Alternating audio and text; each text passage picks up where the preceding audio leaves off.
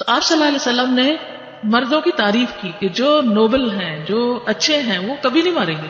اب آپ دیکھیے کہ ہر شخص کو ایک وہ مل گیا نا انسینٹیو اچھا ہونے کا، یہ ایک تربیت کا طریقہ تھا.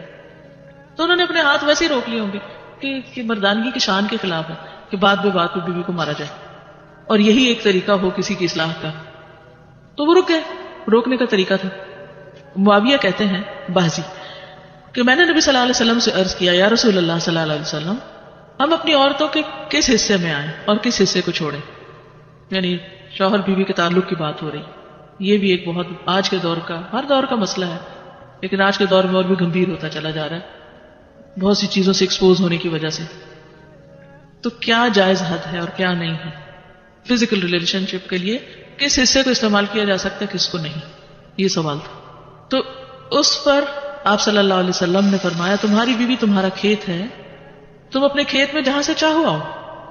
جہاں سے چاہو آؤ کا مطلب کیا ہے کہ جہاں سے کلٹیویشن ہو سکتی، یعنی کہ کھیت کے تعلق سے کیا بتایا، نساؤکم حرث لکم فأتوا حرثکم انا شئتم. انا شئتم کا مطلب، انا جو ہے ظرف زمان اور مکان دونوں کے لیے آتا ہے کہ جانے کا کوئی خاص وقت مقرر نہیں کہ یہ دن ہے یا رات ہے، ایسی کوئی پابندی شریعت نے نہیں رکھی.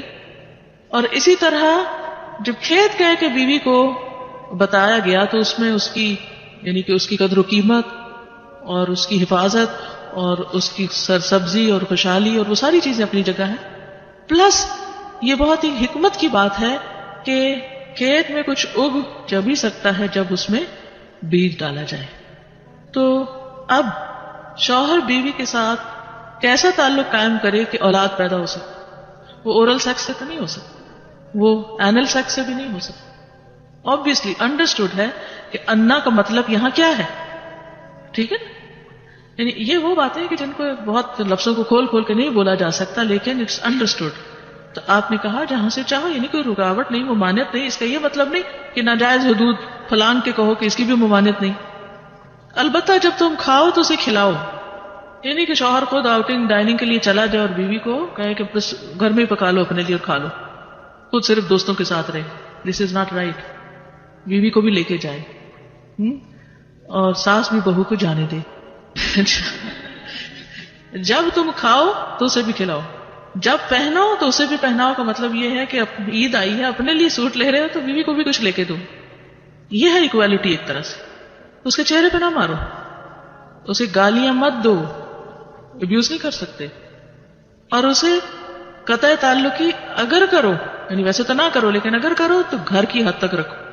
کک آؤٹ نہیں کرو، گھر سے باہر نہیں پھینکو، گھر سے نہیں نکالو.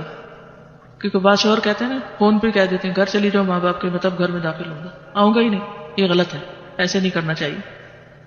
اور یہ کیسے مناسب، یہ کیسے ہو سکتا ہے کہ تم اس کے ساتھ یہ سلوک کرو جبکہ تم ایک دوسرے کے پاس حلال طریقے سے آتے ہو؟ یعنی تمہارا ایک جائز تعلق ہے اور پھر تم اس تعلق کو اس طرح خراب کرو. تو بیوی کو مارنے سے متعلق جو قرآن اور حدیث کی روشنی میں جو حکم ہے وہ سامنے. پھر اسی طرح غلام کو مارنے کی ممانعت ہے، نوکر کو، غلام کو، اس کو بھی نہیں مارنا چاہیے.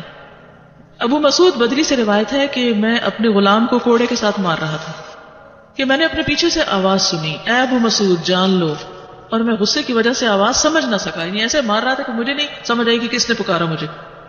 جب وہ میرے قریب ہوئے تو وہ رسول اللہ صلی اللہ علیہ وسلم تھے اور آپ فرما رہے تھے جان لو ابو مسعود، جان لو ابو مسعود. کہتے ہیں میں نے اپنے ہاتھ سے کوڑا پھینک دیا تو آپ نے فرمایا جان لو ابو مسعود. یعنی آپ بار بار فرما رہے تھے اللہ تم پر زیادہ قدرت رکھتا ہے تمہاری اس غلام پر قدرت سے، یعنی جتنا تم اس غلام پہ قدرت رکھتے ہو اللہ اس سے زیادہ تم پہ قدرت رکھتا ہے، یعنی تمہیں مارے گا.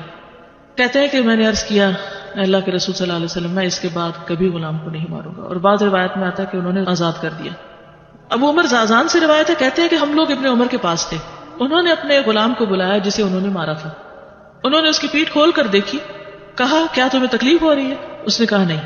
اس کے بعد ابن عمر نے غلام کو آزاد کر دیا اور ایک تنکا زمین سے اٹھایا اور کہا کہ مجھے اس کا اتنا بھی اجر نہیں ملے گا جتنا اس تنکے کا وزن ہے. میں نے کہا ابو عبد الرحمن آپ ایسے کیوں کہہ رہے ہیں؟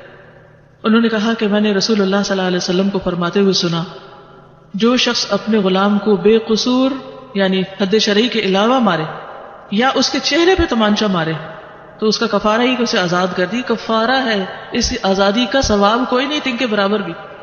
یعنی بعض اوقات ہم سمجھتے ہیں بڑی نیکی کی لیکن اس میں تو چھوٹ بھی جائے تو وہ بھی بہت بڑی بات ہے. صحابہ کرام جو تھے وہ خاص طور پر اس سے محتاط رہتے اور غلاموں سے درگزر کرتے تھے. ابو لیلہ کہتے ہیں کہ سلمان رضی اللہ عنہ نکلے, وہ اپنی سواری کو چارہ کھلاتے تھے تو وہ ہودے سے گرتا رہتا. ہودہ کیا کہتے ہیں؟ وہ چیز محمل باسکٹ کہہ لیں جس میں اس کا چارہ رکھ کے دیا جاتا. اس پر انہوں نے اپنے خادم سے کہا اگر مجھے قصاص کا خوف نہ ہوتا تو میں تمہاری پٹائی کرتا کہ تم نے ایسی چیز کیوں جانور کے آگے رکھی. تو مطلب یہ کہ اگر میں تمہیں ماروں گا تو مجھے بھی مار پڑے گی, اس لیے میں تمہیں مار نہیں رہا, ورنہ جو حرکت تم نے کی ہے اس میں تمہیں مار پڑنی چاہیے. نماز پڑھنے والے غلام کو نہ مارنا. ابو امامہ سے روایت ہے کہ رسول اللہ صلی اللہ علیہ وسلم خیبر سے واپس آئے تو آپ کے پاس 2 غلام تھے. حضرت علی رضی اللہ عنہ نے کہا اے اللہ کے رسول صلی اللہ علیہ وسلم ہمیں بھی ایک غلام دے دیں. آپ نے فرمایا جو چاہتے ہو لے لو.